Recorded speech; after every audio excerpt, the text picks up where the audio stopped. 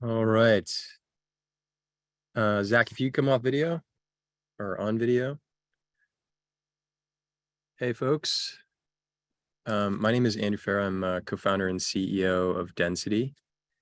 Today, we are doing a fun technical dive into a product that we just recently released and decided that it would be cool to have our CTO, Zach, join for the conversation. Zach, you want to say a quick hi? Hi, everybody. CTO, running hardware and software. Excited to be here. Zach is also in a band, which you can see in the background of his image. Couple things, just sort of some blocking and tackling. We're going to go through some slides, but most of the purpose of the conversation is going to be just a discussion about how our systems work, how the new technology works, and Zach will give you some background on some of the fundamentals of the system. We're also going to show you some stuff that we haven't shown before, so you'll get some previews of some interesting things. And then the last piece is we're going to be trialing a poll at the beginning, and so I'm going to kind of put that slide up, and then you can just kind of answer the questions. If you have questions at all, instead of a dedicated Q&A, I would just ask that you toss them in the questions tab of Zoom, and then I'm going to work them into the conversation. It's very possible that folks have the same question. So with that, I'm going to share my screen and we'll get started.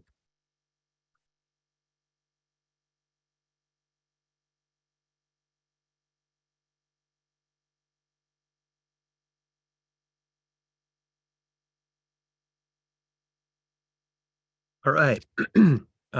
Zach, looking to you. Can you see my screen okay? Yeah, you're good. All right, cool. So we spend a lot of time talking about the software that we build. We talk a lot about the value of the system once it's deployed.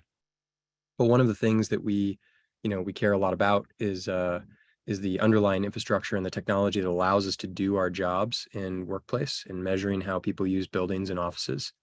And so we're going to kind of walk you through how that technology works. To start with, I think we're going to have Shannon post a poll. It should pop up right in front of you. We're just wanted to get a quick sense from the group. What are the most common questions that typically come up? In specific, if you could pick one question that is kind of top of mind about sensors in the workplace, and it doesn't have to be about our stuff. It can be just about sensors generally. So if you wouldn't mind tossing that in, and then there's a little fun note that says the host and panelists can't vote.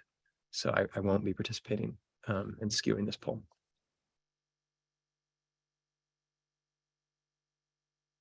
All right.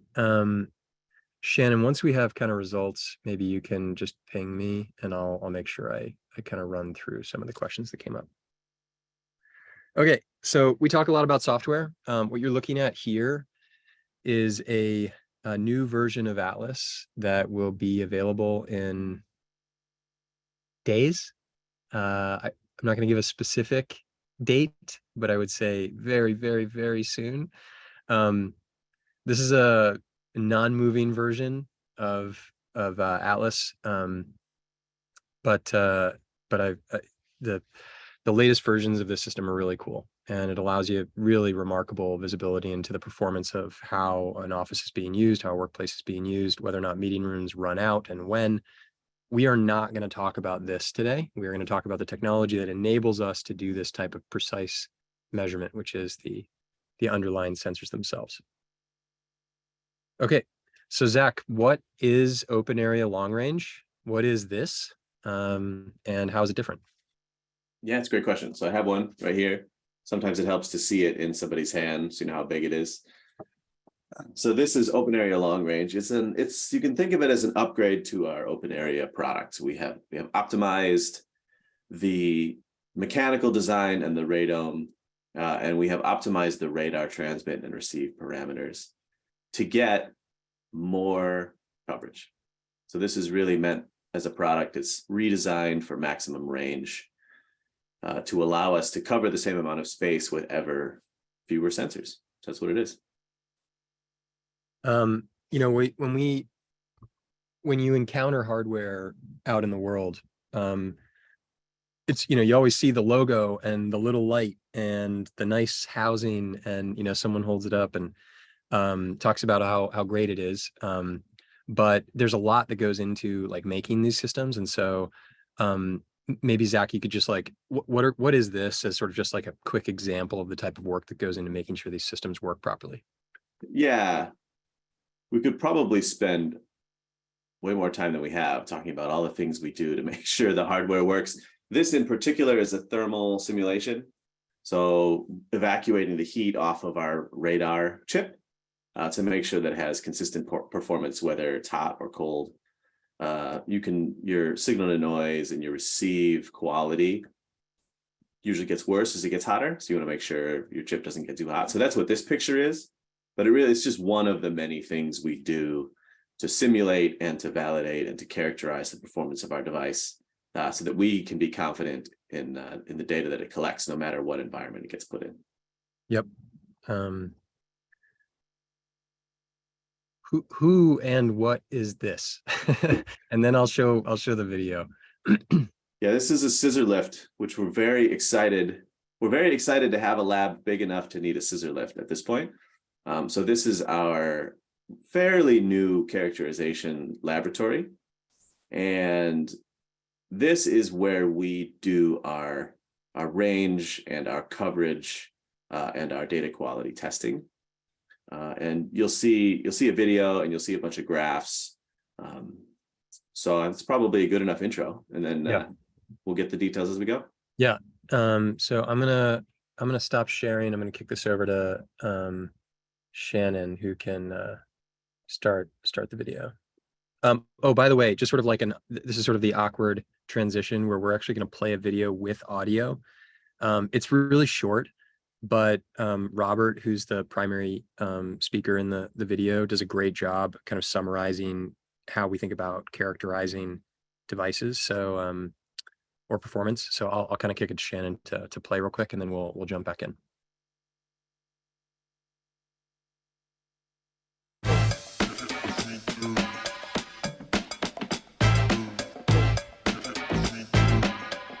Hello, everyone.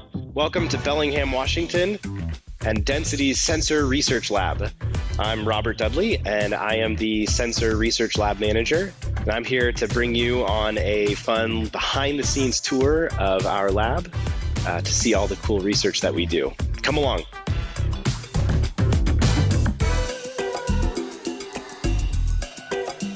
One of the first things you'll notice is how high we are. So I have one of our OALR sensors here. So one of the reasons we are in this sensor research lab to begin with is that it gives us the opportunity to test at these really high heights. You'll see our entire functional test area that allows us to test sensor coverage of over 1,000 feet. Let's go ahead and take a look at what one of those functional test captures look like, where we determine the square foot coverage of our devices. So what you see here is a live view of our functional tests. So Micah is out here actually doing a functional walking pattern. So he's trying to kind of walk in the entire field of view of our sensor. And we can track him in real time. This is our onboard tracker right here. And we can see there is Micah. And so we're able to really get a clear picture of Micah and track him out to 1,000 square feet of coverage. These functional tests aren't the only way that we validate our sensors. Another way is to do some RF testing in our anechoic chamber, which I'll take you over to next so Micah can show us what's going on over there. This is our anechoic chamber, and it allows us to get really precise measurements against corner reflectors, so sub-millimeter accuracy. The chamber helps to block out any ambient noise, and we can move this device all around on the gimbal. Ready to go. We've been talking a lot about OALR, but we've been working quite hard on OASR as well, our short range device. And you can see we have a phone booth here, And this is where we've been doing a lot of our short range testing. So our ability to not only track up to 1,000 square feet, but down to those small spaces like phone booths and huddle rooms as well. Thanks for joining us on this behind the scenes tour of our sensor research lab in Bellingham.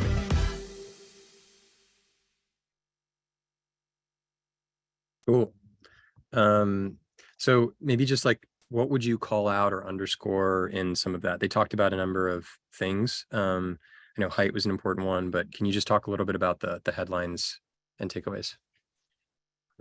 Yeah, so there's a lot of work that goes into characterizing performance before we launch a product like this, so that we're sure. I noticed in the poll, the most common answer is around accuracy and data quality, and with the radar system, we're able to get enough data and do lots of testing to make sure that our accuracy and data quality is high. That lab is one of the first steps of that, characterizing the hardware performance, the sensor performance through functional tests all the way into in-field types of data. That's how we do it. And that's really, that lab is the first step in making sure we're confident in our hardware and Yeah. Was it hard to find a place with a 20-foot ceiling? Moderately hard. Yeah. Real estate's not too hard to get lately, but yeah, warehouses, and that's actually a building on the port in Bellingham. And so it's like an old shipbuilding neighborhood. So big buildings. It's hard to kind of instrument a 20-foot lab. The hardest part was getting no columns, right? So if you want to cover 1,000 square foot in a building with no obstructions, it's kind of hard to find. So we're happy we found one and we got it all set up. The reason I ask, and this is for the group that's listening, and by the way, again, feel free to toss in questions in the Q&A, and I see some of them come in. William, I'm going to talk about power in a minute. But we do a lot of testing to make sure that our systems are working properly. And Kimberly had a question about, do we test in populated office environments? The answer is absolutely. We just want to make sure, and Zach can speak to this better than I can, but that we have really great baseline data. What does the system look like in an optimal circumstance? And then you introduce all the strange behaviors, all the strange objects, all the weird stuff that humans do and build, and all the crazy stuff in ceilings, by the way, which is another wild thing. There's just a lot of stuff in ceilings. And we use all that data to determine how accurate and tune the precision of the systems. So having a lab that allows us to sort of play with those different spaces and get really good ground truth is very important to us. Also, Robert mentioned short range. So how do you do really small spaces? And I can just kind of like, maybe go like this. You see that unit up there? That is a short range unit that we're testing in phone booths. So that the technology is really designed to handle kind of any scope or scale. All right, let me jump back in. Maybe we can put some numbers to this. What is this graph? What are we looking at, Zach? Yes. So this is the output of a bunch of characterization and test data all condensed down to a single graph. What this is at different installation heights, how much square foot area underneath the sensor can a single sensor cover? And the way to think about this is think about how many square feet you have of office space, of open areas, how many square feet of conference rooms. And this is a way of figuring out, roughly how many sensors you think you're going to need. Now, every sensor, if you run into walls or occlusions, you can't necessarily cover the full area, but the larger the coverage is, the fewer sensors we need. So this is a graph showing a couple things. So these red triangles are our previous generation. So if you pick this one, mounted at 12 feet above the floor, previous generation could cover 404 square feet. And that was actually the highest height that sensor could cover. Above 12, you see what you see in this green line, which is it doesn't cover anymore, and it actually starts to come back down as you lose the ability to see far enough to see the floor. And this green line, you can see at 12 feet, coverage of 600 square feet. So we're happy to see a 35% improvement at the similar heights, and also have the lab and have the hardware capabilities to actually get up to 18 to 20 foot tall installs covering 1,000 square feet. A couple things. Is this green line sort of the theoretical can count people, like that's where we collect data, or are these the actual places where we could accurately report on +1, -1 Yeah. kind of folks under space? So this is, we have a deep characterization all the way through, from raw data all the way through our tracking algorithms. And so this is a measure of what we call clusterability. And you'll get to see clouds and clusters and tracks in a few slides. But the idea here is that this is data that has been fed through our count algorithm to make sure that we can track and count people accurately across these coverage areas. There's data that goes out farther than that, but it's not enough data for us to be confident that we can cluster and we can track a person. Yep. In space. Yep. And go ahead. Really quickly, Thomas asked, is this using millimeter wave radios? Yes, it is. So this is a phased antenna array radar system using millimeter wave sensors. Yeah. So, you know, one of the questions, obviously, when you deal in RF, there's all these requirements, FCC, UL, CE, these things that you have to abide by for safety and also to ensure that you don't interfere with things. Do these systems interfere with other Wi-Fi systems or other RF systems? What is your level of confidence about whether or not they interact? Yeah, that's a great question. They don't interact. Wi-Fi is in a totally different frequency spectrum as our wireless microphone systems. So this is a dedicated band for radar systems. And again, we meet all of the compliance criteria for unintentional radiation and, make min and max frequencies and all that sort of stuff. So lots of lab testing on that one as well. And lots of in-field testing. We don't have any issues with, unhealthy interactions with any other technologies. Yeah. And, I want to talk about like why coverage matters. The reason we are interested in coverage is because we want the incentives with the folks that we work with, the workplace teams, the real estate teams, and the incentives of our team to be the same. We want to cover the most amount of square footage with the fewest number of physical units. And the reason for that is that installation costs, these are powered systems. And we're going to talk about why we use power and why we avoid batteries and like some of the limitations on batteries. But we want to make sure that the infrastructure that you're deploying inside buildings is the least amount of infrastructure required for the most amount of coverage. And so when we talk about reducing, one of the poll questions is around total cost of ownership. We're seeing dramatic reductions in the total cost of ownership of implementing a system like densities because of the takedowns and install costs on a per unit basis. So every time we can cover more square footage, that's one fewer unit. That's one fewer unit that needs to get installed. It's less labor, less installation, less cabling, and so forth. There are maximums to that because there aren't a lot of 20-foot ceilings. It turns out they're just kind of rare. You see them in big lobbies, you see them in a lot of other spaces, and Zach can correct me here if I'm wrong, but the reality is that in the real world, there are sort of natural limitations to height. And so anyway, that's one of the reasons why we really focused on making sure coverage was as significant as possible. Cool.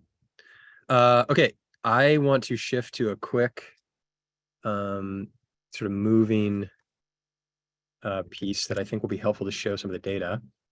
So let me just put this in full screen and share my screen.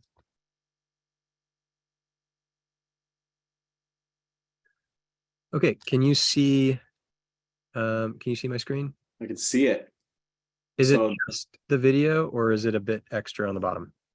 Just the video. Great. Okay, so what are we looking at? Yeah, so this is this is a look at the raw data of our sensor. So the radar systems like ours are not something that most of us commonly interact with in our day-to-day. It's not a system that, you know what a camera, for example, can see, or even like a LiDAR time of flight is a pretty common visualization that people have seen. But radar is not so common. So we wanted to show some of the raw data to see what it looks like. And the raw data that comes from our system is colored green in this visualization. And the green squares in the ceiling are sensors, and then the green dots in space are what we call a point cloud. And there's a hopefully helpful floor plan to kind of give some context of this is our office in San Francisco, some context of kind of where the walls are, where the doors are, and what you might be looking at. But in general, the green dots here are the raw data that comes back to our system. We call it a point cloud. There's a variety of filters that go in, one of which is Doppler. So you're seeing kind of things that are moving, and people tend to move. And this is the highest resolution, most raw data that our system can gather. One of the reasons we chose this technology has to do with privacy. So this level of raw data cannot be used to identify who it is that we are counting, or who it is that we're seeing what they do in this space. And that was something that was important to us. And also, one other thing to call out here is that this data is pretty sparse. It's very few points, but it is enough data to count people accurately, and you'll see that in the next couple of slides. Yeah. So you can see my screen. You can see your screen. There's now this big banner that says participants can now see your application, but I just it's a habit to just ask if people can see so, I mean, Zach pointed this out. I just want to really underscore this point. Being anonymous at source, meaning you don't have to anonymize at the device level, means that we can go into very secure spaces. We can go into spaces that are sensitive. We can go into conference rooms and phone booths and spaces that otherwise people have a reasonable expectation of privacy. And there's never a concern that if we were compromised as a vendor, that the data would be demographic, that you would know who these folks are. And that's really valuable. It allows us to do the job of measuring occupancy and utilization without ever having to worry about being a threat to a business. So what you're seeing here is a bit more structured, but all of that sparse data that Zach had pointed out, we could put on a floor plan and see as humans move through space. I call this this little GIF kind of like fish, it's like every now and then like a fish sort of flits by. And that allows us enough data to be able to measure, where humans are and what they're doing. Anything you want to add here? Thought I might kind of cycle through one or two of these. No, I think you got it. Maybe you could speak to just the complexity of human behavior. Sometimes there's more than one person. Yeah. It's frustrating, No, not frustrating. So this view is that there's kind of multiple stages, multiple steps in how we detect people, and then how we cluster them, and how we track them, and how we count them through kind of the different things that they may do. So this visualization is showing clustering. So you start with a cloud, right? A cloud of something. And then the next step is to take that cloud and figure out, how many people, objects, things does that cloud make up? And then to follow them through space and time to give you something called tracks. So you can see colored point clouds and then a kind of a larger, darker circle in the middle, showing our algorithm taking these clouds and clustering them into multiple people. So this is a visualization of one of our tests where you have one person, walk in from the side, one person walk in from the top, two people walk next to each other, two people cross with each other and make sure the tracker doesn't, jump between them. We don't lose a track. We don't go from a count of 2 to 1 back to 2 over time. So this Yep. is kind of the middle stages of our algorithm, has to do with taking those clouds and turning them into individually clustered people, and then tracking those people through space and time. So Zach, one of the questions about real time, Mhm. how low latency is the system? Do we currently make real time available? Is the system real time? Can it eventually be real time? Can you just kind of like give us a sense of the definition of real time? Yeah, so I think the next slide helps with talking about real time versus historical count. Sure. And this is, our charts are getting more and more complicated on purpose. So what this is it's a view X and Y are your position. So you can think of it as the same floor. You take a slice of this kind of across, and you get the view of a floor plan with the point clouds and those clusters on them. And then the Z-axis going up and down, that is time. So the lower slice is, let's say, the beginning of the hour, and then as the hour progresses, you move up in time and people move around. And you notice a bunch of different colors on here. One of them is green and the other one is blue. The green tracks are the ones that have lots of data. People are, easily picked up by the sensor. They're in the most sensitive part of the field of view. They're moving a lot. They're highly reflective for whatever reason, right? We have plenty of data. We can track them a little bit more easily. And then the blue lines are a secondary tracker that we run that has to do with when there's more sparse data. So we use a lot of data, a lot of constant data, and sometimes it's very easy to track people through time. And in those cases, we do a very good job of tracking them in real time. Within a second, where people are and what they're doing.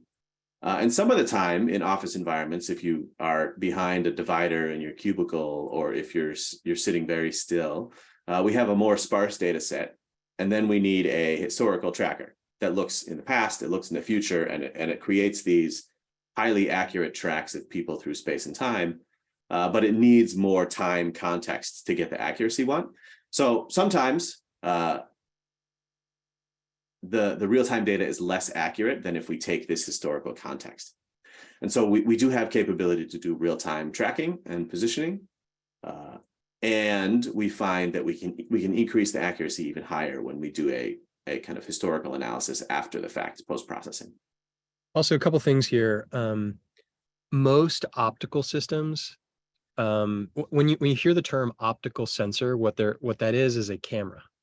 So, and it's usually a camera that's taking photographs at an interval if it's battery powered. So so there was a question about power. And so I want to talk about the value of being low voltage Ethernet, which is what our system is. So an Ethernet cable that connects to the device, much like you'd have a, conference room system connected to the internet, potentially powered by Ethernet or other sensing systems, or low voltage is an entire class. Wireless access points are low voltage Ethernet. They run both power and connectivity all the way back to a network switch. That's the same as ours. So it's like installing a wireless access point. The relevance of power over battery. We've looked at battery. We've talked about battery. Battery has been something that has been top of mind for many years. I've been working on this for about 9. By the way, we're at the 30. So before I finish the thought, we're at the 30, and I know folks are going to have to jump to other meetings. Please feel free, obviously, to go. We're going to keep chatting. This will be recorded, and we'll be able to follow up and send you a recording so you won't miss anything. We're going to go for another 10 minutes or so. I also have a cool thing to show you all. So if you happen to be able to stick around, we'll kind of end on that. So batteries require budgeting. So essentially, every function that a battery operated camera or optical sensor requires has to kind of fight for its life, because every time you need to push a firmware update to improve security, every time you want to sample data at a faster clip, every time that you want to do configuration changes, you have to burn some of that budget, that battery budget, which will take what is kind of the typical marketing of how long it will last, a year or 6 months or whatever the period of time is, and shorten that by days, sometimes weeks, sometimes by months. And the more you sample the data, the faster the thing dies. So batteries are great.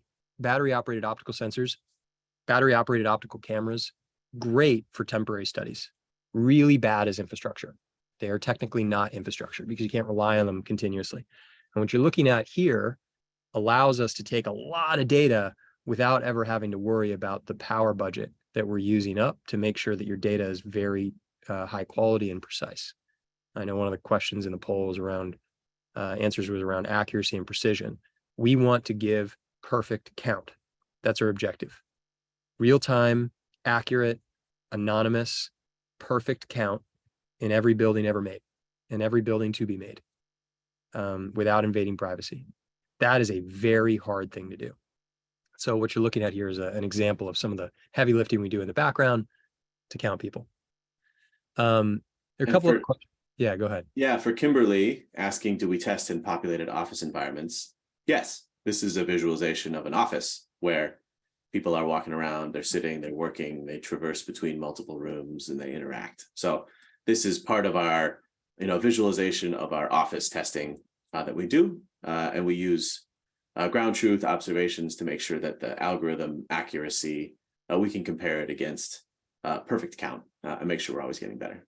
There's a question about the typical office space. Sort of the number of sensors would be heavily influenced. I'm going to stop sharing for just a quick second and just kind of talk this for a moment. But there's a question about, George asked, like, I would expect the office configuration to heavily influence the number of units required. That's very true from a, walls and ceiling standpoint. However, one of the cool things about the system is that once it's deployed, you can change the stuff that's underneath as often as you want. So you don't have to reconfigure the device to make sense of what it sees. And in fact, you can actually, our system, it's called Lattice. You can draw a circle or a square around an area of interest. We call them areas of interest. That's new, that you've never drawn before. And it will retroactively apply the data from 6 months ago, if you've been measuring for 6 months, to whatever new space you've drawn. And so the system is designed to be very flexible to how you might configure or change space. But yeah, our recommendations will be suited on where units go and how many will be suited to, where are their walls and how high are your ceilings and do you have obstructions? One thing I want to call out that's also really cool is we did an acquisition a couple of years back of a product that does scanning of buildings. So it creates a digital replica of your building. And so we'll go in and we'll do essentially a scan of your building. We'll walk the building, and what comes back is a near perfect replica of your interior. And we can use that to precisely recommend where units go. And that's much better than, a clipboard and trying to take measurements. And it's a lot faster. So we really try to invest in the technologies that help you scale. All right. We've got maybe,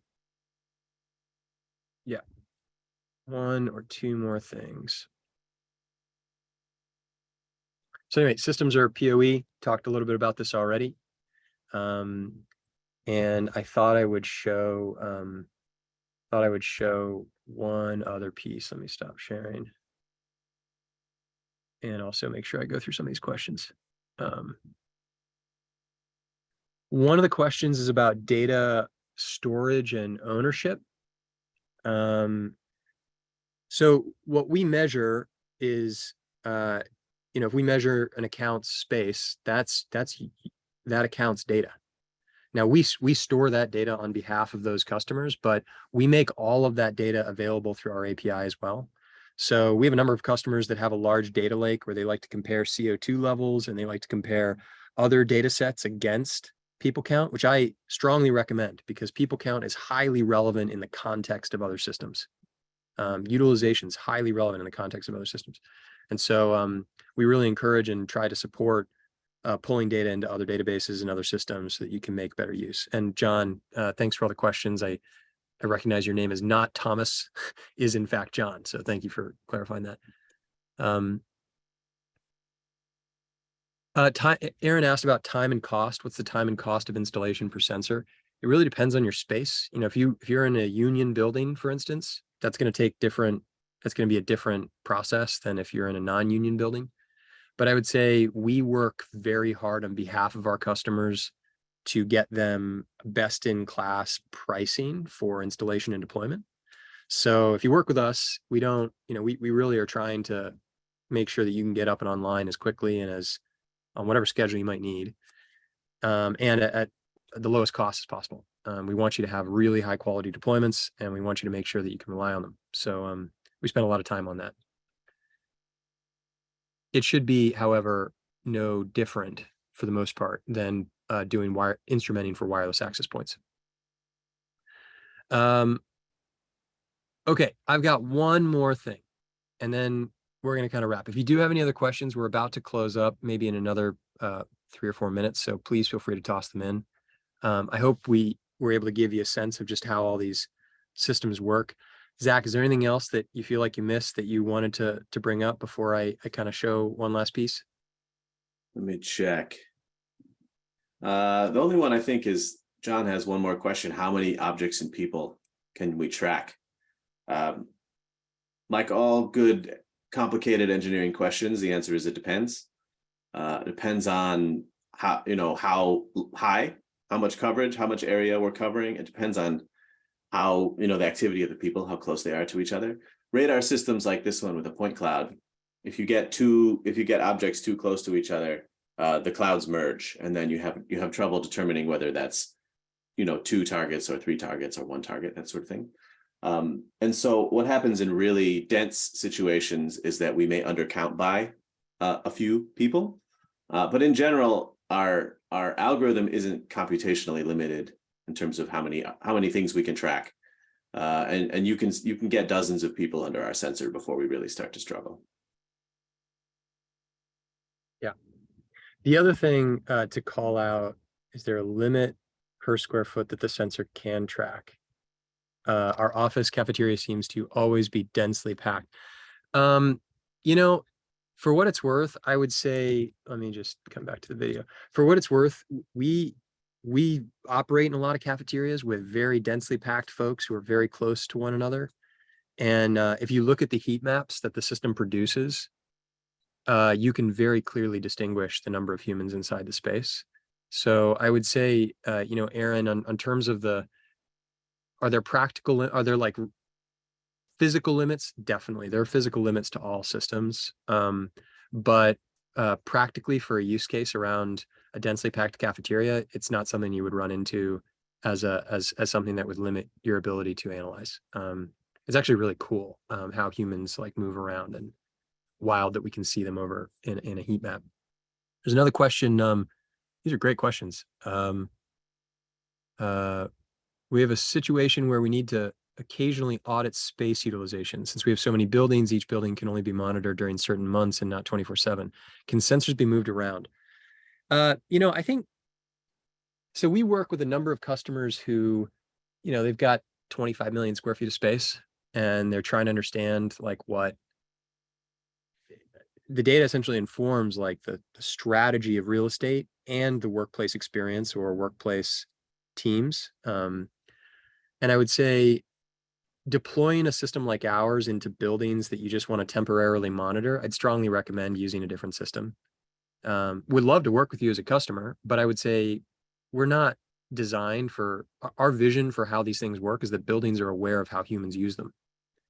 And so we really recommend customers deploy systems in buildings that they know that they're going to keep and that they want to report on. Now, what I will say is, if you are familiar with a time utilization study, which it sounds like you are, someone will come in once a quarter, they'll do an audit for a week, they'll give you a 7-page report, and they'll charge you $957,000 for it. And they'll do that 4 times a year. We're typically way less expensive and way better on the data side. So deploying us in buildings you plan to keep, the economic model tends to be a lot better than what it would cost for the sort of sparse measurement of human observation, which, by the way, is really flawed usually. I'm not totally against time utilization, but I would say I think there's a real good time and place for that, especially in anecdotal observations about human behavior. But in real measurement, real utilization, solid data that you can use to build a business case for what to build, buy, or or staff. You want sort of ground truth. Yeah, so there's a great question about ROI. Sort of how do you calculate ROI? There's a couple things that I would call out. One is you can very quickly know which floors you can safely turn off, meaning reducing your OpEx. So we have, you'll see that if you actually turn off floor 5 and floor 4, the critical mass of folks showing up to the first 3 floors dramatically increases, and your carrying cost of those 2 floors reduces. Also, being able to identify which buildings are the ones that are best performing allow you to make decisions about what leases you want to get rid of. So we've seen customers walk away from leases that they were negotiating because they found enough space in buildings they already had in their portfolio. It's essentially found money because you can walk away and staff or move folks into a building that has plenty of occupancy or plenty of available capacity. And then the ones that I'm particularly excited about later this year are systems that are directly tied to your real-time operations. Real-time availability for employees and teams. And I don't want to scoop us, but we've got something that we'll be talking about in a couple of weeks, or maybe not a couple of weeks, but soon, very soon. I'm hoping it's a couple of weeks, that I think where you'll see ROI on essentially day 2. There's just some really exciting things that can be tied to real-time functions that we're excited to talk about. Okay, last bit. We spent all this time, all this engineering, millions of dollars going into like designing these systems, and like what becomes possible, like what do we think could be. What I'm going to show you is not available as a system of record for customers.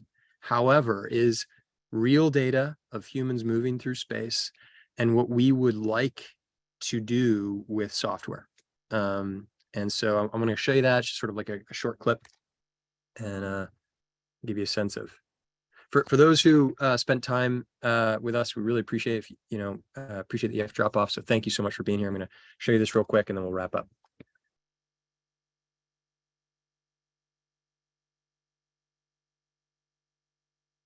All right, so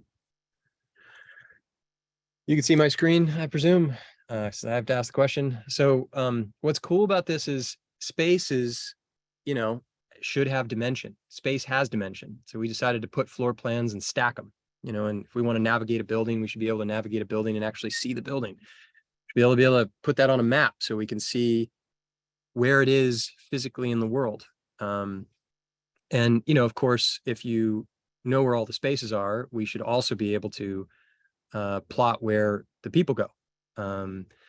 Where are they spending time? How long do they linger? Where do they wander? What gets used or underused?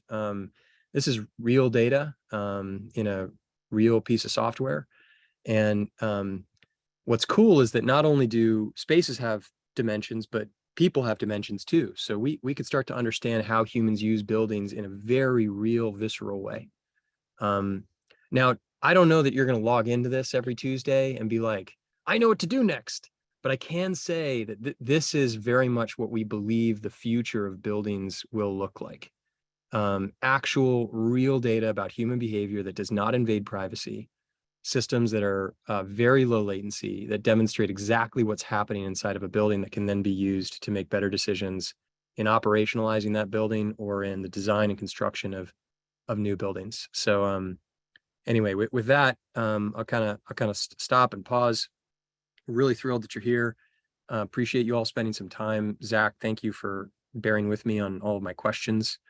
And if you have sort of any additional interest or additional questions, we'll be doing these again in the future.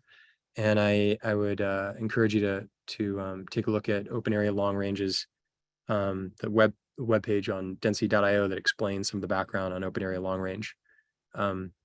This is recorded, so we'll send out the link afterward. And thanks for spending 45 minutes with us. Thank you. See ya.